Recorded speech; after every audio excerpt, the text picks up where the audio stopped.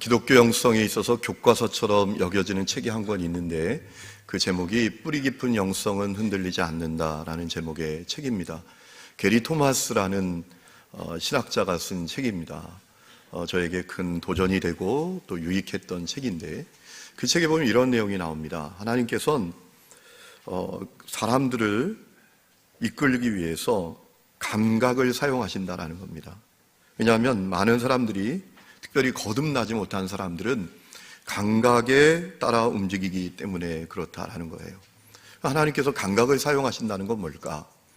이런 것입니다. 사람들에게 강렬한 느낌을 얻도록 하신다라는 겁니다. 예배를 통해서, 기도를 통해서, 또 공동체를 통해서, 또 인생의 짜릿한 승리를 통해서 강렬한 느낌을 갖도록 하신다는 거예요. 그런데 시간이 지나면서 하나님께서 그 강렬한 느낌들을 지워내신다라는 겁니다. 그래서 사람들은 이런 마음을 가질 때가 있다는 거죠. 내가 인생의 메마른 시기를 보낸다. 십자가의 성 요한이 얘기했던 것처럼 내가 인생의 어두운 마음을 보내고 있다라는 그런 마음을 가질 때가 있다라는 겁니다. 하나님께서 그렇게 의도하신다는 거예요. 왜 그런가 하면 하나님께서는 우리가 강렬한 느낌에 중독된 우리들을 치료하기 위해서라는 겁니다. 다시 말하면 다른 어떤 조건도 없이 그 무엇도 바라지 않으면서 오직 주님을 따르고 오직 주님을 섬기고 주님을 향한 순전한 믿음을 갖도록 하기 위해서 그렇게 하신다는 거예요. 여러분, 사실 그렇습니다. 예배의 행복보다 더 중요한 건 주님이에요. 기도의 희열보다 더 중요한 건 주님입니다. 공동체를 통해서 느끼는 어떤 행복보다 더 중요한 건 주님이에요. 우리가 인생의 짜릿한 승리를 얻는 것, 그것을 느끼는 것, 그것 대단히 중요하지만 그것보다 주님이 더 중요해요. 그 순서가 바뀌면 초점을 잃어버리는 거예요. 여러분, 어스틴이 그런 얘기를 한 적이 있습니다. 아내가 남편을 사랑하는 이유는 남편 그 자체여야 한다는 거예요. 아내가 남편을 사랑하는 이유가 남편 그 자체가 아니라 남편의 돈 때문이라면 그건 잘못된 관계라는 것이죠. 그렇기 때문에 우리에게 있어서 예배를 통한 행복보다 더 중요한 것은 주님이시고 기도의 희열보다 더 중요한 것은 주님이시고 인생의 짜릿한 승리를 얻는 것보다 중요한 것은 주님이시고 우리가 함께 믿음의 길을 걷는 성도와의 교제를 통해서 얻는 행복보다 더 중요한 것은 주님이시기 때문에 그 모든 것들로부터 우리가 느끼는 강렬한 느낌들을 다 지워버리실 때가 있다는 거예요. 여러분, 하나님께서 사람들에게 강렬한 느낌을 지워내실 때 사람들이 보이는 반응이 크게 두 가지가 있다라고 게리 토마스가 말합니다. 첫 번째는 마음의 깊은 분노를 느낀다는 겁니다. 자, 하나님이 나를 사랑하신다는 강렬한 느낌이 없어요. 그런 환경이 펼쳐지지 않아요. 그러면 하나님이 나를 버리셨다, 하나님이 나를 떠나셨다라고 생각하고 마음의 깊은 분노를 갖는다는 거예요. 또 내게 감각적인 만족을 가져다 주지 못하는 목회자나 예배 인도자나 리더에 대해서 분노하게 된다는 거예요. 뭐 예를 들면 이런 거 아니겠어요? 우리 목사님 요즘 은혜가 안 돼. 우리 전도사님 요즘 찬양인도 정말 내 마음에 안 들어. 은혜가 안 된다니까. 우리 순장님, 우리 순원들 도대체 나에게 위로가 안 돼. 감동이 안 돼. 이렇게 반응한다는 거예요. 또 하나는 다른 느낌을 향해서 갈망을 갖게 된다는 겁니다. 내게 강렬한 느낌을 줄 수 있는 그런 것들을 갈망하게 된다는 거예요. 어떤 것이 있을까요? 뭐 육신의 정욕, 안목의 정욕, 세상 자랑을 향한 욕망, 이 먹는 것을 향한 욕망. 여러분, 이 먹는 맛이 얼마나 강렬합니까? 우리가 요즘 먹방 그런 프로들이 많은데 여러분, 우리 믿음의 사람들은 거기에 좌지우지 되면 안 됩니다. 거기에 휩쓸리면 안 됩니다. 또 성적인 어떤 갈망, 그리고 어떤 권력과 돈에 대한 갈망을 갖게 된다는 겁니다. 그것들이 우리에게 가져다주는 어떤 강렬한 갈망을 쫓아서 살게 된다는 거예요. 여러분, 저는 거기에다 또 하나를 보태고 싶어요. 그것은 인생의 탈진이에요. 절망하고 좌절해서 탈진하는 것이죠. 여러분, 우리가 살아가면서 인생의 짜릿한 승리를 느낄 때는 우리 마음이 얼마나 행복합니까? 우리 마음이 얼마나 벅찹니까? 우리 마음이 얼마나 뜨겁습니까? 그런데 인생의 실패가 찾아오면, 인생의 비참한 실패를 맛보면 우리 마음이 어떻게 되죠? 실망하게 돼요. 좌절하게 됩니다. 낙심하게 됩니다. 그리고 깊은 탈진 가운데 빠지기도 합니다. 그 가운데 한 사람이 엘리야였잖아요. 여러분, 엘리야가 누굽니까? 대단한 사람이에요. 바알 아스라 선지자들과 대결하는데 850대 1로 대결했던 인물입니다. 그뿐만 아닙니다. 하나님의 불이 임하여 하나님이 참신인 것을 드러냈던 인물이에요. 대단한 인물입니다. 그런데 그 엘리야도 깊은 절망과 깊은 탈진 가운데 빠질 때가 있었다는 거예요. 삶의 모든 의미와 또 의욕을 잃어버리고 깊은 탈진 가운데 빠졌을 때가 있었다는 것입니다. 언제입니까? 여러분, 아합의 부인 이세벨이 엘리야가 놀라운 승리를 거두었을 때 그에게 사람을 보냅니다. 전가를 합니다. 내일 너를 죽일 거다. 너희들이 바알의 선지자들을 죽였던 것처럼 내일 너를 죽일 거다 라고 했습니다. 여러분, 사실 그 이세벨의 얘기는 엘리야를 죽이겠다는 얘기가 아닙니다. 아니, 죽이면 오늘 죽이지 왜 내일 죽이겠다고 합니까? 내일 죽이겠다 하면 오늘 도망치면 그만 아닙니까? 여러분, 이세벨의 의도는 엘리야에게 겁을 주려고 했던 거예요. 엘리야가 두려움을 갖도록 하기 위함이었어요. 그를 도망치게 하려고 했던 거예요. 그래서 엘리야가 도망치면 사람들로 하여금 겉봐, 엘리야가 믿는 하나님은 아무것도 아니라니까, 엘리야의 하나님이 아무것도 아니야, 이렇게 사람들이 이야기하도록 하는 것, 그것이 이제 이세벨의 의도였어요. 여러분, 안타까운 것은 이세벨의 의도대로 됐잖아요. 여러분, 오늘 말씀을 보니까 이 엘리야가 이세벨의 전가를 받고 도망을 칩니다. 아주 비굴하게 허겁지겁 멀리까지 도망칩니다. 오늘 3절 말씀을 보니까 브엘세바까지 도망쳤다라고 했습니다. 여러분, 브엘세바가 어디일까요? 이스라엘의 가장 남쪽이에요. 사실 엘리야가 도망치기로 했다면 북이스라엘에 그가 활동했으니까 남유다까지만 넘어가면 됩니다. 우리 한반도로 따지면 이때 이스라엘도 남북으로 분열되어 있으니까 북한에서 남한으로만 오면 안전한 겁니다. 그러면 이세벨의 손에서 벗어날 수 있는 거예요.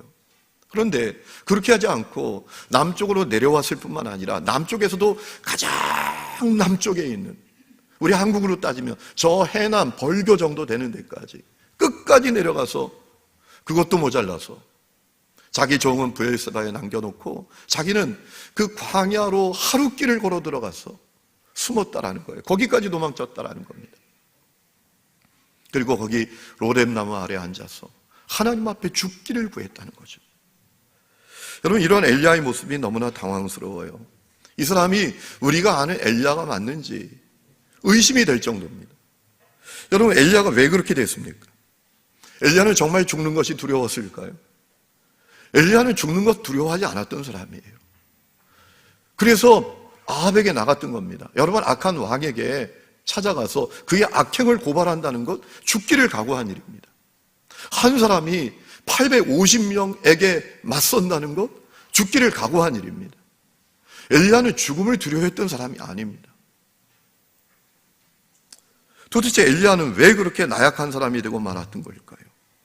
왜 모든 의욕을 상실하고 탈진하고 말았던 걸까요? 중요한 이유가 있습니다.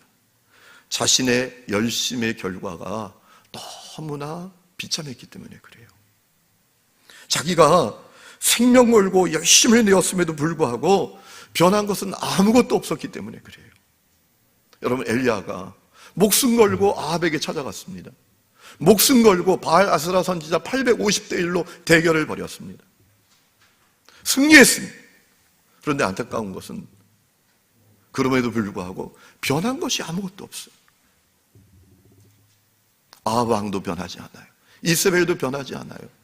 이스라엘 성들도 한 사람도 변함이 없어요.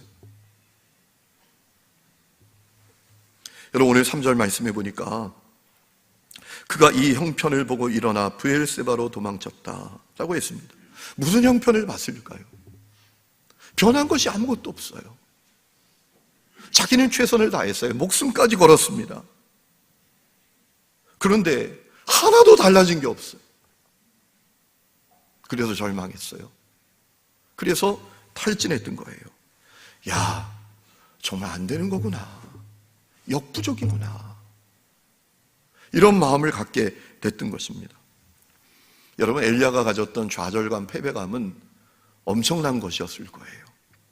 그가 갈멜산에서 엄청난 승리의 희열을 맛보았잖아요. 그 희열은 온데간데 없이 사라졌습니다. 그래서 사명이고 뭐고 다 팽개치고 도망친 거예요. 광야 한복판까지 도망친 거예요. 여러분, 엘리야가 도망쳤던 대상은 이세벨이 아닙니다. 엘리야가 도망쳤던 대상은 아무리 몸부림쳐도 변하지 않는 현실이었어요. 그것으로 또 도망쳤던 거예요. 여러분, 아마도 엘리야의 마음에 하나님을 향한 배신감도 극에 달했을 것 같아요.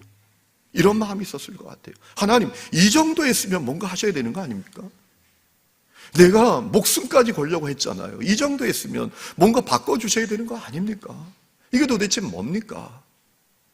이런 배신감이 가득했을 거예요. 하나님을 신뢰할 수 없다고 생각하니까 마음의 두려움과 불안함이 찾아와요. 여러분, 그 불안함과 두려움은 죽음에 대한 불안함, 두려움만이 아니에요. 미래가 보이지 않는 두려움이에요. 난 이제 뭘 해야 되지? 어디로 가야 되지? 나는 인생의 낙오자인데, 실패자인데. 그것에 대한 두려움이었을 거예요. 여러분, 이 엘리야의 모습을 보면서 어떤 마음이 드십니까? 저는 제 마음이 위로가 되더라고요. 왜 위로가 됐을까요? 야, 엘리야도 우리하고 똑같구나. 엘리야도 그저 연약한 한 사람의 인간에 불과하구나. 그런 마음 때문에 위로가 되는 거예요. 여러분, 이 엘리야의 마음이 우리 마음이잖아요.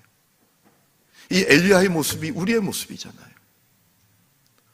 우리가 살아가면서 몸부림을 쳐보지만 아무것도 달라지지 않고, 현실은 전혀 바뀌지 않고, 사람도 달라지지 않을 때 우리가 낙심하죠.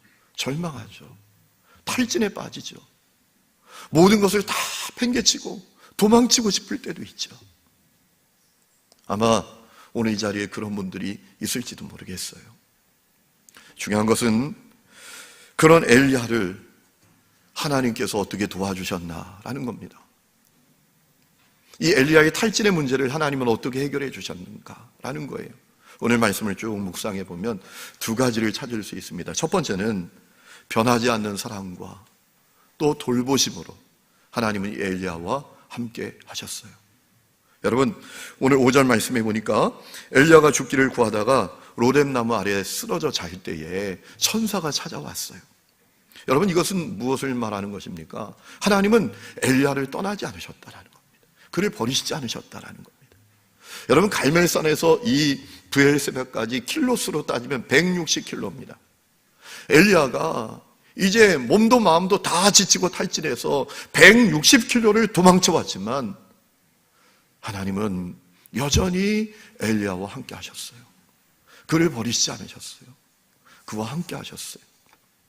여러분, 오늘 그 하나님의 일하심이 여러분에게도 있는 것을 믿으시기 바랍니다.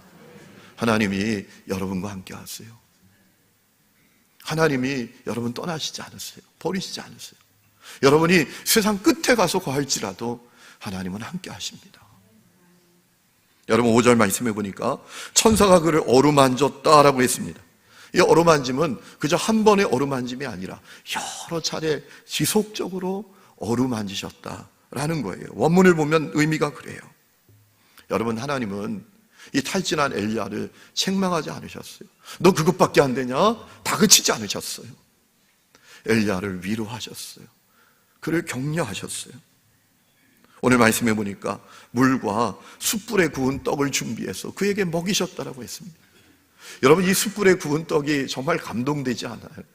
이 광야에서 숯불에 구운 떡이 어디서 났을까요? 그를 위해서 세심하게 준비하셨다라는 거죠. 마치 우리 예수님께서 디베랴 호숫가로 도망간 제자들에게 찾아가서 떡을 구워서 준비해 주셨듯이 준비해 주셨다라는 거죠. 먹어야 산다. 너 먹어야 일어난다. 여기서 이렇게 끝나면 안 돼. 힘을 내야 돼. 라고 위로하고 격려하고 그에게 힘을 북돋아 주셨다는 거예요. 여러분, 우리 하나님이 그런 분이세요. 우리가 실패하고 좌절하고 낙심하고 절망하고 우리가 몸도 마음도 다 탈진할 그때에도 내가 인생의 낙오자가 되었다, 실패자가 되었다, 그래서 하나님으로부터 도망칠 그때에도 주님 우리를 떠나시지 아니하시고 함께 하시는 분이신 줄로 믿습니다. 우리에게 찾아와서 우리를 위로하시고 격려하는 분이세요. 여러분, 이 말씀을 통해서 우리는 중요한 사실을 깨닫게 됩니다. 오늘 우리 주위에 낙심한 사람들, 절망한 사람들, 실패한 사람들, 낙오한 사람들, 몸도 마음도 다 탈진한 사람들이 너무나 많은데 그들에게 우리가 어떻게 다가가야 되는가라는 겁니다.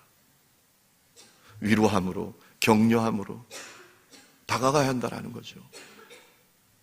여러분, 그들에게 너가 왜 실패했는지, 성경적인 진리는 무엇인지 그거 가르쳐주는 것은 그 다음 문제라는 거예요. 먼저 위로하고 격려하는 게 필요하다는 거죠. 여러분, 요즘 제가 새롭게 알게 된 사실이 있는데 20대 청년들이 지금 불법 대출에 먹잇감이 되어 있다는 거예요. 여러분, 요즘 20대 청년들이 정말 취업이 안 돼요. 얼마 전에 제가 신문을 보니까 말이죠, 이제는 서울대 이공계 출신들도 취업이 안 된대요. 정말 큰 문제라는 겁니다. 자, 취업은 안 됩니다. 생활은 해야 됩니다. 지방이나 시골에 있는 부모님께 이제 돈을 보내달라고 말할 수도 없는 환경에 처해 있어요. 당장 먹을 것도 없어요. 원룸에 있는데 이달 월세도 못 냅니다. 전기세도 못 냅니다. 그런데 어디서 돈을 구할 수도 없어요. 취직도 안 돼요. 아르바이트도 구하기 어려워요. 저희 첫째 녀석이 방학 때 아르바이트를 좀 구하려고 했는데 결국 못 구하더라고요. 이 최저임금이 올라가지고 3명 쓸 거 1명 쓰고 2명 쓸 거 안 쓰고 그런다는 거예요. 그래서 아르바이트 자리 구하기도 이건 정말 어렵다라는 거죠. 그런 상황이에요, 지금. 그래서 어디서도 돈을 구하지 못해서 20대 청년들이 그 불법 대출을 하는 사람들의 먹잇감이 된다는 거예요. 여러분, 내구재 대출이라고 아십니까? 내구재 대출. 들어보셨나요? 이게 뭔가 하면 요즘 이 내구재 대출에 20대 청년들이 먹잇감이 되고 있어요. 그들이 어디서 돈 빌릴 데가 없으니까 그걸 악용하는 어른들이 있는데 이렇게 하는 겁니다. 여러분, 한 사람이 핸드폰을 6개까지 개설할 수 있대요. 그러니까 어떻게 하냐 하면 핸드폰을 사게 한다는 겁니다. 개통까지 해줍니다. 그런데 사자마자 개통해주고 그 자리에서 그 유심칩이라는 게 있잖아요. 그걸 빼서 핸드폰 판매하는 사람에게 대판다는 겁니다. 150만 원짜리를 사게 만들고 그리고 60만 원을 현금으로 준다는 거예요. 그러니까 150만 원짜리를 사실 60만 원에 파는 거예요. 자, 청년들이 60만 원은 손에 쥐지만 기계값 150만 원은 자기 빚으로 남는 거예요. 자기가 해결해야 되는 거예요. 그렇게 악용하는 사람들이 있대요. 그게 내구재 대출이에요. 내가 나를 구제해야 돼요. 그런데 그걸 또 갚을 수 없으니까 또 어디까지 나가냐 하면 3050 대출에 빠진대요. 30만 원 이번 달에 빌리면 다음 달에 50만 원 갚아야 되는 대출. 그런데 그걸 또 못 갚는다는 거죠. 그러면 그 30만 원 빌린 게 나중에 600만 원이 되고 1000만 원이 되고 2000만 원으로 불어나고 이런 일들이 벌어지고 있다는 거예요. 그러니까 그런 청년들에게 열심히 하라는 훈계, 열심히 노력하면 안 될 것이 없다는 그런 가르침, 그게 필요한 게 아니라는 거예요. 그들을 위로하고 격려하는 게 필요하다는 거예요. 저는 우리 하느님교회 성도들이 위로하는 분들이 될 수 있기를 축원합니다. 격려하는 분들이 될 수 있기를 축원합니다. 우리 주변에 정말 낙심한 사람들, 실패한 사람들, 인생의 탈진에 빠져 있는 사람들이 많아요. 그들을 붙들어 주셔야 돼요. 여러분, 두 번째 엘리야를 향한 하나님의 처방은 하나님을 새롭게 만나도록 하시는 것이었어요. 자, 엘리야를 찾아 위로하신 주님께서 엘리야를 인도해 가시는데 어디까지 인도해 가십니까? 호렙산에 인도해 가십니다. 엘리야는 하나님께서 주신 떡을 먹고 40일 동안에 걸쳐서 호렙산에 도착을 했습니다. 여러분, 하나님께서 엘리야를 호렙산으로 인도하신 것은 대단히 의미심장한 사건이에요. 왜냐하면 호렙산이 어떤 장소입니까? 우리가 그것을 이해하는 것이 필요해요. 호렙산이 어떤 장소입니까? 모세가 하나님을 만났던 장소예요. 이스라엘 성들과 모세가 영광스러운 하나님의 임재를 경험했던 장소입니다. 그러니까 하나님께서 엘리야의 탈진의 문제를 해결하시기 위해서 엘리야를 호렙산으로 인도하셨다는 것은 대단히 의미심장한 거예요. 사실 그것만으로도 인생 탈진의 문제를 어떻게 해결받는지 이미 주님은 답을 주신 거예요. 그 답은 무엇입니까? 하나님을 만나야 한다는 겁니다. 인생 탈진의 문제는 하나님을 만날 때 해결된다는 것입니다. 쉼으로, 어떤 물러섬으로 인생 탈진의 문제가 해결되는 것이 아니라는 거예요. 여러분, 우리가 살아가면서 쉼이 필요합니다. 때때로 물러서는 것도 필요합니다. 그런데 문제는 그것으로 인생 탈진의 문제가 해결되는 게 아니라는 거예요. 여러분, 때로는 쉬는 것이 더 힘들잖아요. 지난 명절 연휴 때 3일 쉬는데 저는 그런 마음이 들더라고요. 죄송합니다. 쉬는 게 너무 힘들었어요. 쉬는 게 힘들어요. 쉬다가 제가 병들었어요. 저는 쉬는 게 어렵더라고요. 여러분, 쉼의 해답이 있는 게 아니에요. 우리가 탈진할 때 쉼을 통해서 해답을 얻을 수 있는 게 아니에요. 그것도 필요하기는 하지만 그것이 궁극적인 대답은 아니라는 거예요. 물러섬도 해결의 방법이 아니라는 거예요. 인생 탈진의 해결의 방법은 하나님을 만남에 있다라는 거예요. 여러분, 9절 말씀을 보니까 엘리야가 호렙산에 도착해서 굴에 들어가 있었던 것 같아요. 그때 하나님께서 엘리야에게 찾아오셨어요. 그리고 질문하셨습니다. 엘리야야, 네가 어찌하여 여기 있느냐? 여러분, 이상합니다. 하나님께서 왜 그렇게 물으셨을까요? 아니, 하나님 그것도 모르세요 지금? 그게 질문이라고 하시는 겁니까? 엘리야가 그런 마음 없었겠습니까? 여러분, 10절에 엘리야가 뭐라고 대답하는지 보면 압니다. 그가 대답하되 내가 만군의 하나님 여호와께서 열심히 유별하오니 이는 이스라엘 자손이 주의 언약을 버리고 주의 제단을 헐며 칼로 주의 선지자들을 죽였음이오며 오직 나만 남았거늘 그들이 내 생명을 찾아 빼앗으려 하나이다. 여러분, 이 엘리야의 대답은 주님께 어떤 객관적인 사실을 말씀드리는 대답이 아니에요. 하나님을 향한 엘리야의 항변이에요. 이렇게 말씀드리는 거예요. 지금 하나님, 내가 하나님을 향하여 얼마나 열심히 있는 거 아시죠? 내가 하나님을 위하여 목숨도 걸었던 것 아시죠? 내가 목숨 걸고 아합에게도 찾아가고 그리고 바야스라 선지자 850명과도 목숨 걸고 대결했던 거 아시죠? 그런데 하나님, 아무것도 변한 거 없어요. 아무것도 달라진 것 없어요. 아합도 안 변했고 이스라엘도 안 변했고 이스라엘 백성들 한 사람도 안 변했어요. 하나님께 속한 사람은 나밖에 없어요. 그리고 저들이 나를 죽이려고 해요. 그래서 내가 여기 와 있는 거예요. 그건 모르세요 정말? 저는 지쳤어요. 저는 몸도 마음도 다 탈진했어요. 사명이고 뭐고 다 내려놓았어요. 그래서 여기 도망쳐 온 거예요. 저는 하나님께도 실망했어요. 이런 항변의 고백이었어요. 여러분, 엘리야의 답변을 들으신 하나님께서 어떻게 하십니까? 엘리야에게 말씀하셨어요. 동굴 바깥으로 나가서 서라. 그리고 내가 너 앞에서 지나갈 텐데 봐라. 그렇게 말씀하실 때 엘리야가 순종했습니다. 그러자 폭풍이 몰아쳤습니다. 엄청난 폭풍이에요. 막 산이 갈라지고 바위가 부서지는 폭풍이었어요. 그런데 하나님 안 계신 거예요. 엄청난 지진이 임합니다. 그런데 그래도 하나님 안 계신 거예요. 또 불이 임합니다. 거기도 하나님이 안 계신 겁니다. 엘리야가 대단히 실망했을 거예요. 하나님 뭐예요 도대체? 어디 계신 거예요? 라고 생각했을 거예요. 그때 세미한 음성이 들려옵니다. 이 세미한 원문에 보니까 들릴 듯 말 듯 아주 작은 음성이었다라고 해요. 그 음성이 들려왔어요.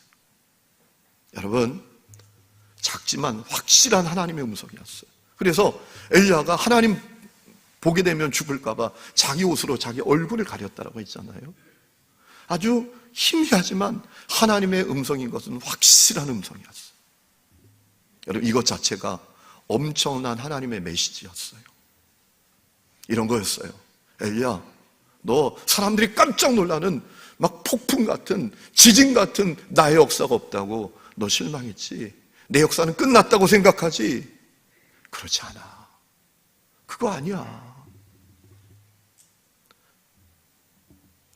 너는 나의 역사가 희미하다고 생각하지? 보일 듯 말 듯, 들릴 듯 말 듯 하다고 생각하지? 그래서 나의 역사는 끝났다고 생각하지? 그거 아니야. 라고 하셨다는 말이에요. 여러분, 그것은 주님께서 같은 질문을 반복하신 것으로 알 수 있습니다. 자, 일이 있은 다음에 하나님께서 오늘 13절 말씀 보니까 엘리야에게 같은 질문을 또 반복하셨어요. 엘리야야, 네가 어찌하여 여기 있느냐? 여러분, 이것은 질문이 아니고 교훈이에요. 나는 말이야, 이런 말씀이에요. 나는 말이야, 너의 지식과 경험과 너의 상식과 너의 상상을 초월해서 이래. 너는 사람들이 깜짝 놀랄 만한 역사 없다고, 폭풍 같은, 지진 같은 역사가 없다고 생각해서 낙심하고 있지, 탈진했다고 여기지. 그런데 그거 아니야. 나의 역사는 끝나지 않았어 라고 말씀하셨다라는 거예요. 여러분, 그렇습니다. 하나님은 살아계시고 하나님은 전능하시고 하나님은 지혜와 모략의 신이세요. 하나님은 우리의 지식, 우리의 경험, 우리의 상상을 넘어서 일하시는 분이시라는 거예요. 그러므로 절대로 낙심할 것 없다는 겁니다. 절대로 포기할 것 없다는 겁니다. 우리가 탈진에 빠질 것 없다는 거예요. 때로는 탈진할지라도 거기 머물러 있을 것이 아니라는 거예요. 끝날 때까지 끝난 게 아니라는 겁니다.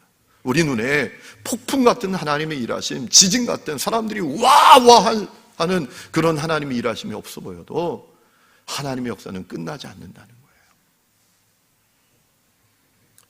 여러분, 엘리야가 이 호렙산에서 그것을 깨닫게 됐어요.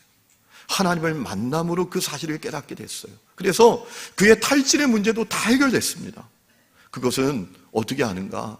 하나님께서 이 엘리야에게 다시 사명을 주시는 것을 통해서 우리는 확인할 수 있어요. 하나님께서 엘리야에게 어떤 사명을 주셨습니까? 오늘 우리 읽지 않았지만 15절 말씀에 보면 하나님께서 엘리야에게 이런 사명을 주십니다. 다메섹에 가서 하사엘에게 기름을 부어서 아람 왕이 되게 하고, 16절에 보면 예후에게 기름을 부어서 이스라엘 왕이 되게 하고, 엘리사에게 기름을 부어 너를 대신하여 선지자가 되게 하라 라고 하셨어요.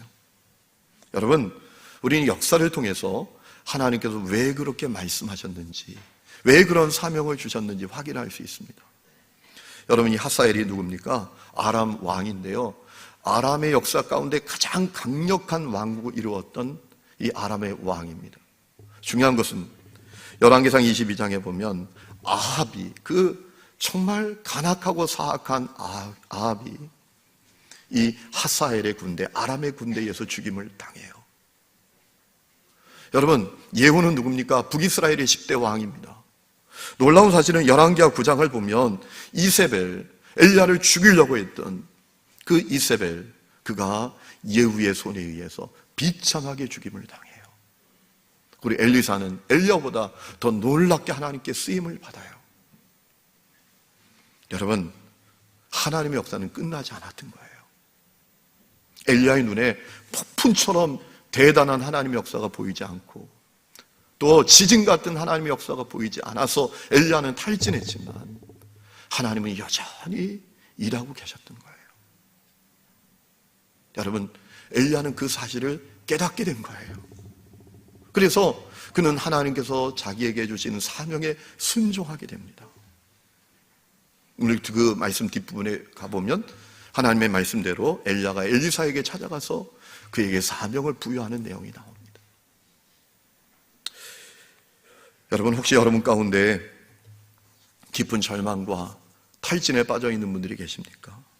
아무리 몸부림쳐도 바뀌지 않는 현실과 사람으로 말미암아 몸도 마음도 다 지쳐 있는 분들이 계시지 않습니까?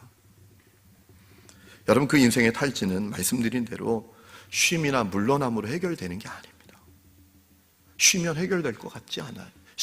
해결될 것 같아도 쉰다고 해결되는 게 아닙니다.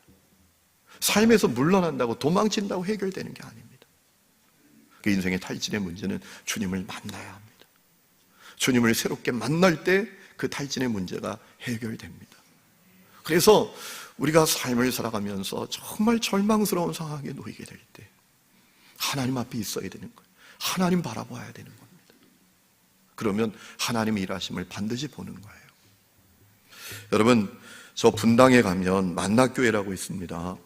이 교회가 서울에 있던 교회입니다.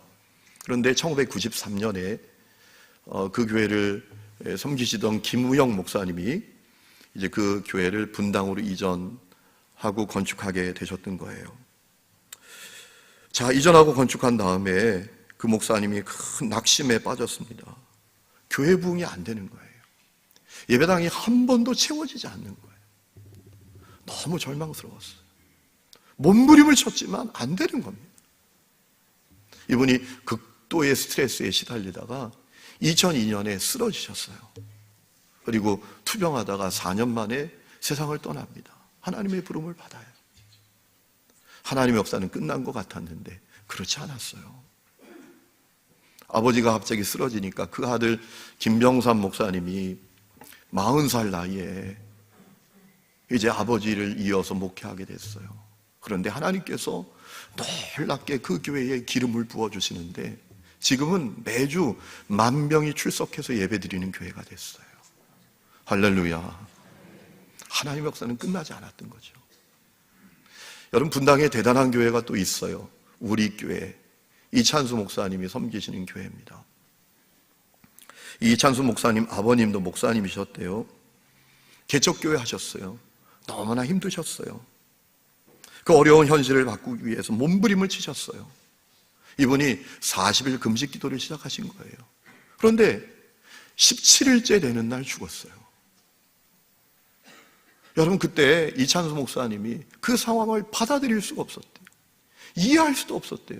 아니, 교회를 위해서 금식하는 목사를 하나님 죽이시냐? 교회 부흥을 주셔야지.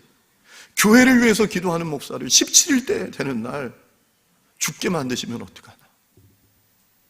이해가 안 되는 거예요. 자기가 정말 이해하지 못했던 또 한 사람이 있는데 자기 어머니. 아버지가 그렇게 됐는데 한마디도 원망이 없어요. 아니, 교회를 위해서 기도하던 목사가 죽어나가면 그 아내가 하나님께 항면도 해보고 하나님께 손가락질, 삿대질도 해보고 하나님을 떠나도 뭐라 할 사람이 없을 텐데 아버지가 죽은 그날도 이찬수 목사님 어머니가 한마디도 원망하지 않더라는 거예요. 그 어머니가 정말 이해가 안 됐대. 이찬수 목사님이 23살 때 미국에 가서 돈을 벌어야 되겠다 생각하고 미국에 돈을 벌러 갔어요. 그런데 무슨 돈을 법니까? 오도 가도 못하는 신세가 됐어요. 비행기 값도 없는 신세가 된 거예요. 그때 하나님을 원망했대요. 아니, 하나님께 충성되게 하나님의 교회를 위해서 금식하다 죽은 목사들에게 1000배까지 주시는 복은 고사하고 이건 아니지 않느냐. 하나님을 원망했대요. 그런데 하나님 일하고 계셨어요. 이찬우 목사님이 신학을 공부하고 목사가 돼요. 그 이유는 단 하나였대요. 어머니 소원이기 때문에. 죽은 네 아버지 대신에 네가 목사 되는 게 내 소원이다. 그래서 자기는 어머니의 소원 이루어드리기 위해서 목사가 됐대요. 그래서 사랑의 교회에서 사역을 하다가 분당에 가서 교회를 개척했는데 놀라운 것은 하나님께서 놀라운 기름을 부어주십니다. 지금 매주 2만 명이 출석하는 교회가 됐어요. 여러분, 그런 교회는 사람이 하는 게 아닌 것 같아요. 제가 목회를 해봐서 알아요. 그렇게 되는 역사는 사람의 역사가 아니에요. 뭐 사람이 계획을 세우고 뭘 대단한 능력이 있어서 그렇게 되는 게 아닌 거예요. 하나님의 기름 부으심이 없다면 그렇게 안 되는 거예요. 여러분, 김우영 목사님도 그리고 이찬수 목사님의 아버님도 낙심했을 거예요. 아니, 폭풍 같은 하나님의 역사, 지진 같은 하나님의 역사가 좀 있었으면 좋겠는데 아무것도 보이지 않는 거예요. 탈진했던 거예요. 여러분, 그런데 하나님의 역사는 끝났던 게 아니에요. 사람의 생각과 방법과 이성을 넘어서 하나님은 놀랍게 일하셨던 거예요. 하나님의 때 하나님의 놀라운 역사를 이루셨던 겁니다. 여러분 가운데 깊은 절망과 탈진 가운데 빠진 분들이 계십니까? 낙심하지 마세요. 절망하지 마세요. 오히려 더 하나님을 바라볼 수 있기를 축원합니다. 하나님을 신뢰할 수 있기를 축복합니다. 잠잠히 주를 바라보시기를 축원합니다. 그때 하나님의 놀라운 일하심을 드러내 주실 거예요. 여러분이 그 역사의 주인공들이 다 될 수 있기를 주의 이름으로 축원합니다.